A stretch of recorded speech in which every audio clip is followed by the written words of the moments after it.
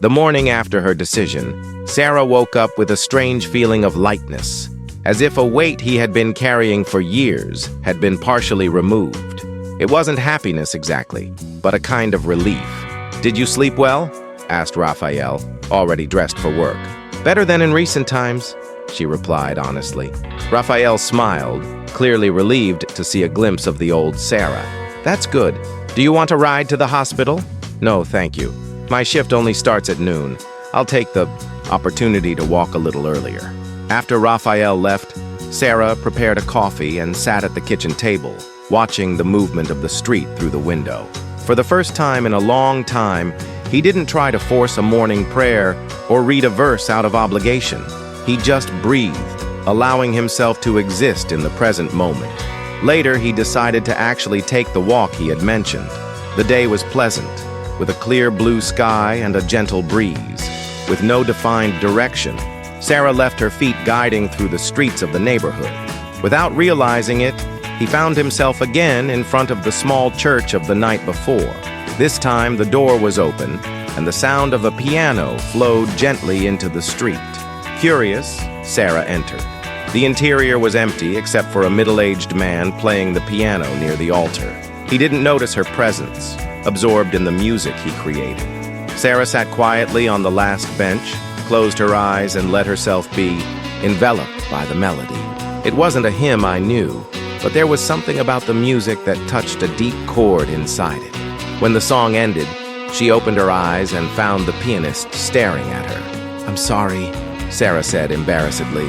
"I didn't want to interrupt." "It didn't interrupt," he replied with a gentle smile. "Music is to be heard." He got up from the piano and walked over, extending his hand. "I'm David." "Sara," she replied, shaking his hand. "First time here?" "Second. Actually, I passed by last night, but there was only one lady arranging flowers." "Ah, Donna Helena. She has been taking care of the flowers for more than 40 years. A comfortable silence settled between them.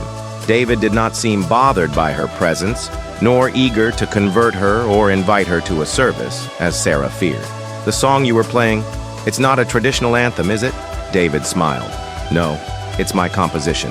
I call it Silent Conversation. It's beautiful. Thank you. I come here almost every morning to play. It's my way of, well, to talk." Sara nodded, intuitively understanding what he meant. "Are you a professional musician?" she asked. David laughed.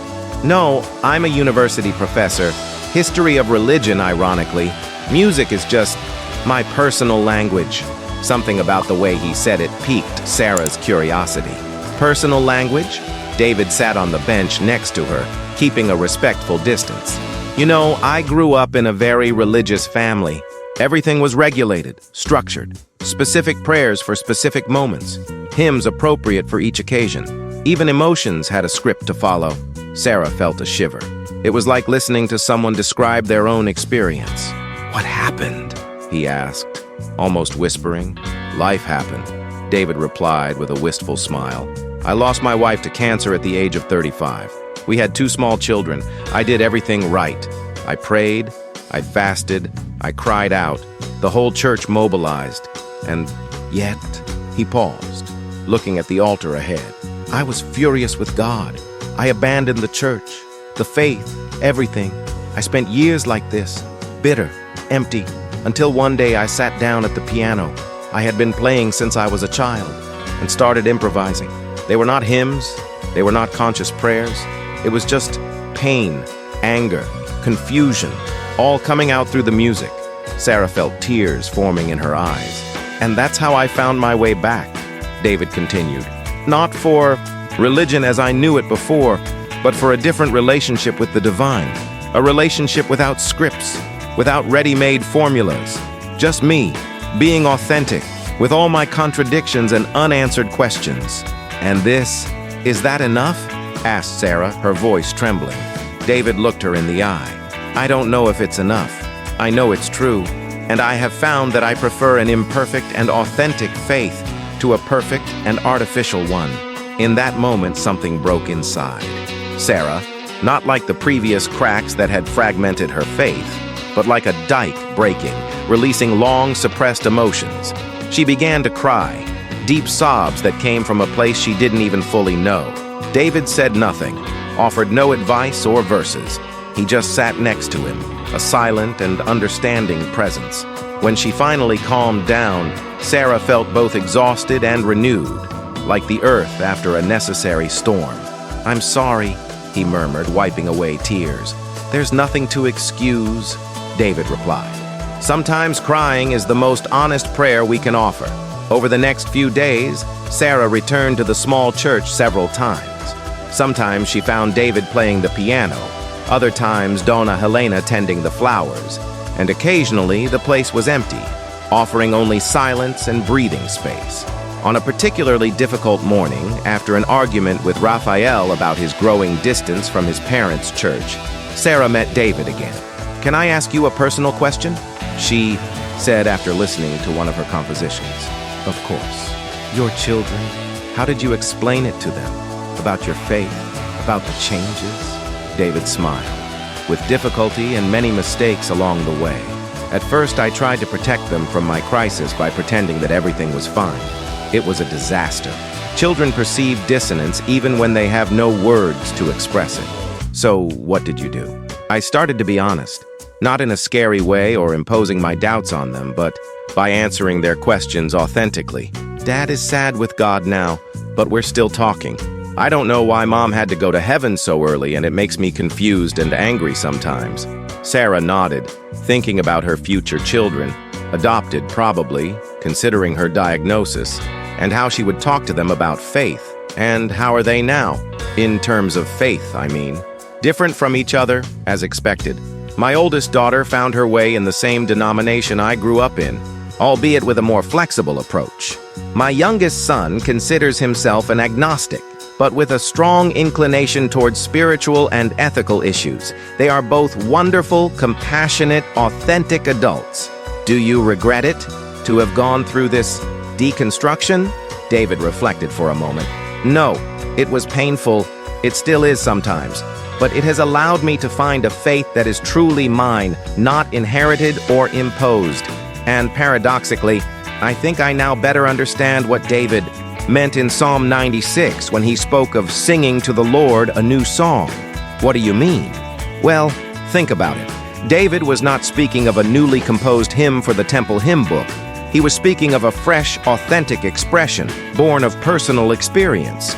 Sometimes this new song is joyful and celebratory. Other times it is a lament, an expression of pain or confusion. But it's always new because it's genuine, born of the present moment.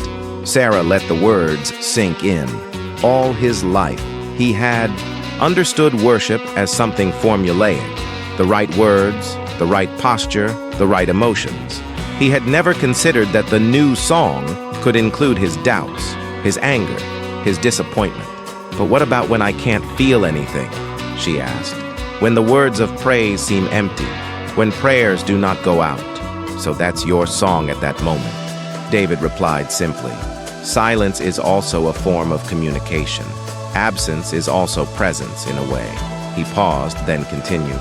"Do you know what I discovered? That God is big enough to handle our honesty. In fact, I think it's the only thing he really demands of us. Not perfection, not unshakable certainty, just brutal honesty, even when that honesty includes anger, disappointment, until disbelief, especially then." David replied with conviction. "The Psalms are full of it. My God, why have you forsaken me?" Isn't that momentary disbelief? And yet it is considered inspired, sacred.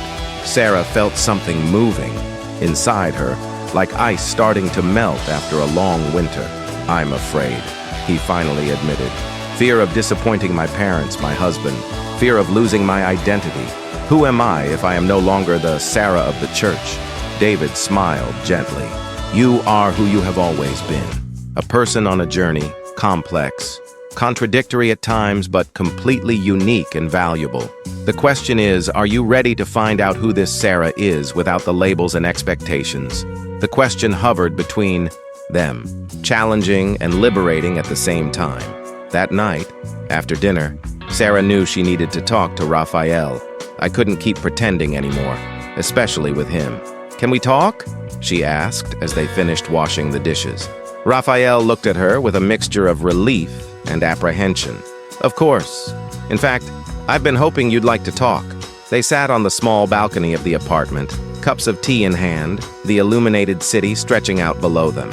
I'm going through a crisis of faith, Sara said directly, without preambles. I actually think I've been going through this for years, but only recently have I had the courage to admit it to myself. Raphael nodded without looking surprised. I noticed. I didn't know exactly what was happening, but I knew something had changed. I don't know where it's going to take me, she continued. I don't know if I'm going to find my way back to the faith as I knew it before, or if I'm moving into something completely different.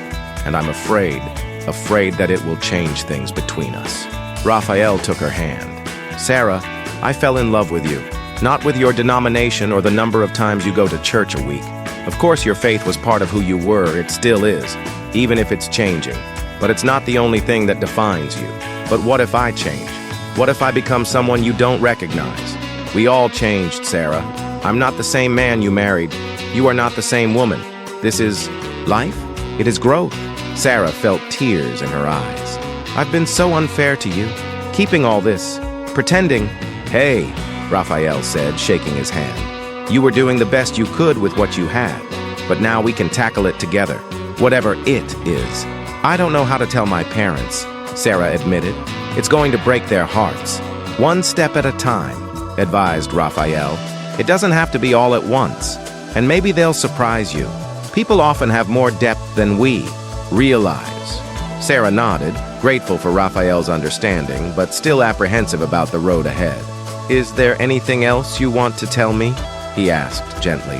Sara hesitated, so she decided to share. I found a place, a small church near the hospital. It's not like the churches we attend. It's more silent, contemplative. I've been going there a few mornings before work. And has that helped? In a strange way, yes.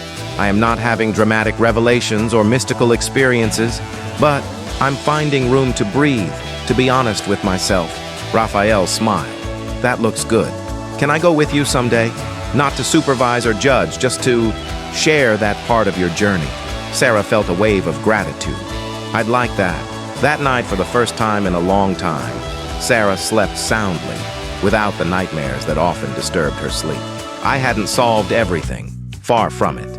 But he had taken the first step toward authenticity, and that in itself was a small victory. Over. The next few weeks, Sara continued to visit the small church. Sometimes Raphael accompanied her, sitting quietly next to her or talking to David and Donna Helena. Other times, she went alone, taking advantage of the space for reflection. Gradually, he began to explore different forms of spiritual expression. He experienced contemplative meditation, readings from Christian mystics he had never met in his evangelical formation, long walks in nature where he found unexpected moments of connection. One of these mornings, as he listened to David play, a melody began to form in his mind. Simple, almost childish, but insistent. "Can I?" she asked, pointing to the piano as he finished. David looked surprised, but smiled and walked away from the bench. Of course. Sara sat up, nervous. She had taken some piano lessons as a child, but was never particularly talented. Still, he put his fingers on the keys and began to play the melody that had popped into his mind. It was imperfect, with notes, occasionally out of tune and irregular rhythm. But there was something about her, a raw, honest quality, like a child trying to express a complex feeling with a limited vocabulary. When she finished, she felt strangely moved, as if she had just had an intimate conversation with someone she hadn't seen in a long time. "It's beautiful," David said. "Do you have lyrics?" Sara shook her head. "No, that's all. I can't explain it." "You don't need to explain. It is his new song." Over the next few days, Sara found herself humming that simple tune while working, driving, or cooking. Sometimes words began to emerge. Not a structured hymn, but loose phrases, questions, even expressions of doubt or frustration. "What is it that you're singing?" asked Raphael one night as she prepared dinner. Sara blushed. "Nothing, only a melody that came to my mind. It's beautiful." Different from what you used to sing, but beautiful." She smiled, grateful for his acceptance. On a Sunday morning, after months of avoiding her parents' church with excuses of shifts and appointments, Sara decided it was time to visit them. Not to resume his old religious routine, but to begin to build a bridge between his past and his present. "Are you sure?" asked Raphael as they got ready. "It doesn't have to be today." "I'm nervous, but I think I'm ready," she replied. "At least to take that first step." The church was as usual. The same choir, the same announcements, the same familiar faces.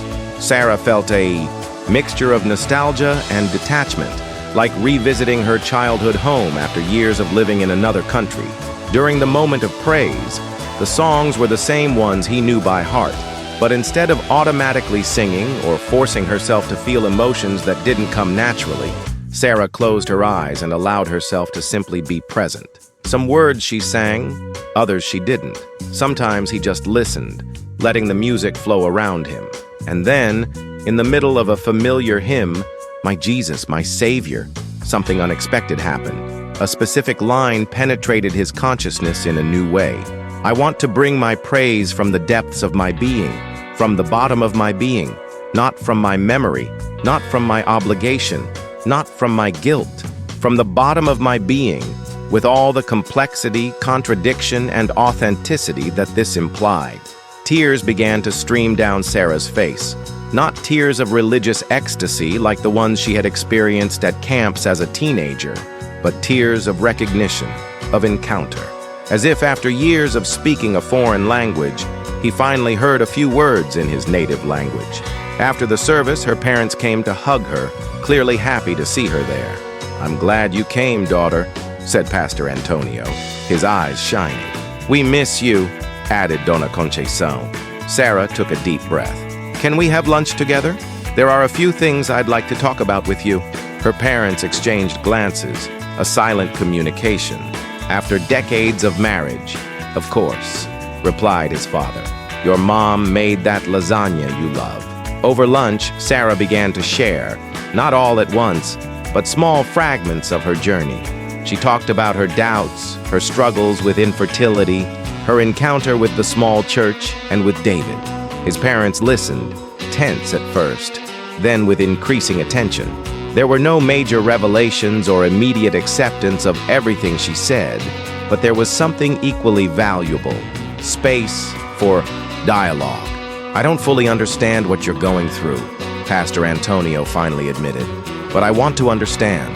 And most importantly, I want you to know that our love for you is not dependent on your church attendance or the way you express your faith.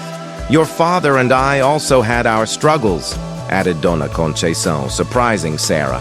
"Moments of doubt, periods of spiritual aridity. Maybe we shouldn't have hidden it from you and your brother. Perhaps we have given the impression that faith is always constant, always strong." Sara felt a surge of relief and connection. His parents were not the infallible spiritual giants he had imagined all his life. They were people, complex, growing, sometimes confused, but sincere in their journey. "Thank you for listening to me," she said, her voice choked with emotion. "It means a lot to me." "We will always listen," replied his father, shaking his hand. "Always." 6 months have passed since that first visit to the small church. Sara's life had changed in subtle but profound ways. Professionally, she remained dedicated to her work as a nurse. But now she approached her patients' suffering with a new perspective, not trying to offer easy answers or superficial comfort, but simply being present, witnessing their pain with compassion. In their marriage, she and Raphael had found a new intimacy through honesty. They talked openly about their evolving beliefs, their doubts, their hopes. Sometimes they attended their parents' church, sometimes David's small church, and occasionally opted for a quiet Sunday at home or in nature. What about your faith? It was different now, less structured, less defined by external rituals or doctrinal statements. But in many ways it was deeper, more integrated into his everyday life. Sara still prayed, but her prayers rarely followed traditional formulas. Sometimes they were just sighs, questions thrown at the universe, or moments of quiet gratitude. He was still reading, the Bible. But now he approached it as an ongoing conversation through the centuries, not as an infallible instruction manual. And she sang, not only the hymns of her youth, though some of them had found new meaning in her heart, but also her own imperfect melodies, her personal expressions of seeking and encountering. On a particularly significant Saturday afternoon, Sara and Raphael received the news they had been waiting for months. A child was available for adoption, a 3-year-old girl named Luisa. When they first saw her picture, big, curious eyes, a shy smile, they both knew immediately that she was their daughter.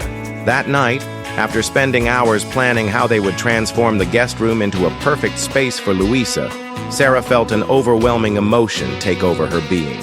It wasn't just happiness for her daughter's imminent arrival, but something deeper, a sense that, despite all the detours and dark valleys, there was a purpose, a pattern, a greater presence, intertwined in her story. Sitting at the piano that Raphael had bought her a few months earlier, a surprise gift after realizing how important music had become in her spiritual journey, Sara began to play. The melody that emerged was not like his previous improvisations. Hesitant, fragmented. It flowed with a clarity and force that surprised her. And then, without planning, words began to accompany the song.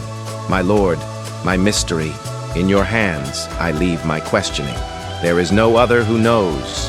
Every doubt, every fear, every hope, all power to transform my breakage into beauty is in you. Nothing compares to the journey I take in your unknown paths. It was not a polished hymn, ready to be sung by a choir. It was raw, personal, born of his specific experience. But for Sara, it was the most authentic cry she had ever offered. Raphael, who had heard from the door, approached silently and sat next to her on the piano bench. It's beautiful, he said when she finished. It's you. Sara smiled, tears in her eyes. It's strange. For so long I thought I was losing my faith, but now I realize that maybe I was just trading a borrowed faith for one that is truly mine. What do you mean? Before I sang, My Jesus, my Savior, because that was what was expected, what I had been taught. Now I'm discovering what it means to really cry out from the bottom of my being, with my own voice, my own language. Raphael nodded, understanding. As the psalm says, celebrate the Lord with joy. Serve the Lord with joy, and present yourselves to him with singing. Exactly, Sara replied. But the joy is not always what we imagine. That effervescent emotion, that religious ecstasy. Sometimes it's quieter, deeper. And the singing, well, everyone has their own melody to offer. That night, as she prepared for bed, Sara reflected on her journey. It had begun with a crisis, cracks in a faith that seemed unshakable. He had gone through valleys of doubt, desert of spiritual aridity, moments of anger and disappointment with God. But now he realized that these cracks hadn't destroyed his faith. They had created space for something new to grow, something more resilient because it had been tested, more authentic because it had been born of its own experience, more compassionate because it knew the pain of doubt. His faith was now like a mosaic, made of broken fragments, but forming a richer and more complex pattern than the smooth surface that had been before. And at the center of that mosaic was a truth that Sara was just beginning to fully understand. That true crying out to the Lord comes not from repeating the right words or following the appropriate rituals, but from honestly offering who we are with all our contradictions and complexities. That sometimes the most powerful cry is the one that is born of silence after the storm. That sometimes the deepest worship comes not from those who have never doubted, but from those who have doubted, questioned, struggled, and yet chosen to turn to the mystery with an open heart. The park was full that Sunday morning, families enjoying the perfect spring weather. Sara watched Louise, now 6, running with other children, her laughter echoing in the air. She is looking more like you every day, commented Dona Concepcion, sitting next to Sara on the park bench. Sara smiled. Do you think so? Sometimes I wonder how it's possible considering we don't share DNA. I'm not talking about physical appearance. Her mother explained. I'm talking about that twinkle in her eye when she discovers something new, that determination, that way of singing while doing something. Sara nodded, moved by the comment. It was true. Louisa had brought music back into her life in ways she never imagined. Raphael approached, bringing ice cream to everyone. "What are they talking about?" "Of how Louisa looks like Sara," replied Dona Conceção. "Oh, without a doubt," agreed Raphael, sitting next to his wife. "Especially when she's being stubborn." Sara gave him a slight nudge, laughing. "Look who's talking." They watched Louise in silence for a few moments, each lost in their own thoughts. "Are you coming to the special service next Sunday?" asked Dona Conceção eventually. "Your father is very excited about the church's anniversary celebration." "Of course we will," Sara replied. "We wouldn't lose for anything." In recent years, Sara had found a new balance in her spiritual life. He attended his parents' church regularly, though not every Sunday. He continued to visit the small church where he had met David, now taking Louisa, who loved to hear Grandpa David, as she called him, play the piano. But most importantly, she had learned to integrate her faith into her everyday life, not as a separate compartment, but as a dimension that permeated everything. Her work, her marriage, her motherhood. There were difficult days, of course, moments when the old doubts resurfaced, when God's silence seemed deafening. But now Sara knew that these periods were not failures in her spiritual journey. They were part of her, just as important as the moments of clarity and connection. "Mommy, look what I found!" shouted Louisa, running towards them with something in her hands. Sara leaned over to see the treasure her daughter was carrying. A small blue feather, probably from a jay. "It's beautiful, my love," she said, admiring the find. "Can I keep it forever?" asked Louise, her eyes shining with expectation. "We can try," Sara replied with a smile. "But some things are not meant to last forever in their original form. Sometimes they turn into something different." "Like what?" asked Louisa, curious. Sara thought for a moment. "Like a memory, or a story, or a song." "Can you make a song about my pity?" asked Louisa enthusiastically. Sara laughed. "I can try, when we get home." Later that day, while Raphael was preparing dinner and Louise was taking a shower, Sara sat at the piano. The blue quill was carefully placed over the blank score. Her fingers found the keys, and a simple melody began to emerge. Cheerful, curious, full of possibilities, like Louisa herself. As she played, Sara reflected on how her understanding of worship had changed over the years. It was no longer something confined to a building or a specific set of songs. It was an orientation from the heart, a posture of openness and gratitude that could manifest itself anywhere. In the hospital where she worked, at the dinner table with her family, in the park watching her daughter play. What about that song that had been so significant in his journey? "Shout to the Lord." Sara still sang it occasionally, but now with a deeper understanding of its words. "My Jesus, my Savior," was no longer an automatic statement, but an acknowledgement of the divine mystery that continued to reveal itself in his life in unexpected ways. "There is none else like thee" was no longer a doctrinal statement, but an acknowledgement of the uniqueness of the divine presence she experienced, unlike anyone else's experience, unique as her own spiritual fingerprint. "All power in thy hands was no longer a magic formula for getting what he wanted, but a surrender to the greater reality that sustained his existence, even when he did not understand his ways. Louise entered the room, wet hair and unicorn pajamas, interrupting Sara's thoughts. "Is this the song of my pen?" she asked, climbing on the piano bench next to her mother. "Yes, it is," Sara replied. "Want to help finish?" Louise nodded enthusiastically and began pressing random keys, creating a cacophony that somehow matched the moment perfectly. Raphael appeared in the doorway, watching his two women at the piano, one a composer in training and another who had found her own voice after years of singing the songs of others. "Dinner time, my musicians," he announced with a smile. Later, after putting Louisa to bed, Sara and Raphael sat on the balcony of the apartment, as they had done so many nights over the years. The city shone below them, thousands of lights in the darkness. "What are you thinking about?" asked Raphael, noting Sarah's contemplative expression. "I'm thinking about how strange the path life takes is," she replied. "If someone had told me, that night I decided to stop pretending, that my crisis of faith would eventually lead me to a deeper faith, I wouldn't have believed it." Raphael nodded, understanding. "It's like that passage in Deuteronomy that your father quoted in the last sermon. You shall love the Lord your God with all your heart, and with all your soul, and with all your strength. I think we can only truly love with our whole being when we recognize and embrace all the parts of who we are, including our doubts, our struggles, our imperfections." "Exactly," Sarah agreed. "For so long, I thought that loving God meant suppressing parts of myself, my questions, my disappointments, my anger. Now I understand that true love, whether for God or for another person, is only possible when we present ourselves whole, without masks." She paused, looking at the stars that managed to shine despite the city lights. "You know what's funny? That song, Shout to the Lord. For years I sang it without really understanding what it meant to cry out to the Lord. I thought it was about volume, emotion, the right words.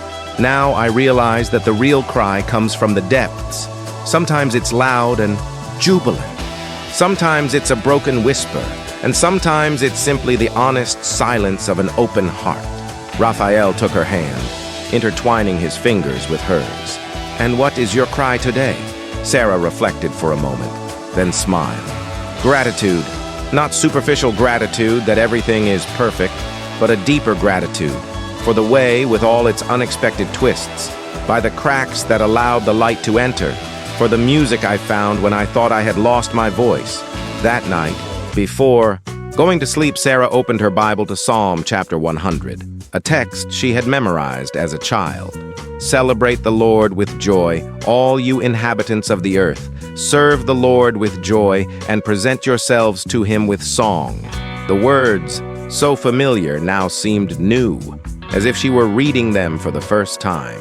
They were not a command to force a specific emotion, but an invitation to bring the full authenticity of your being into the divine presence.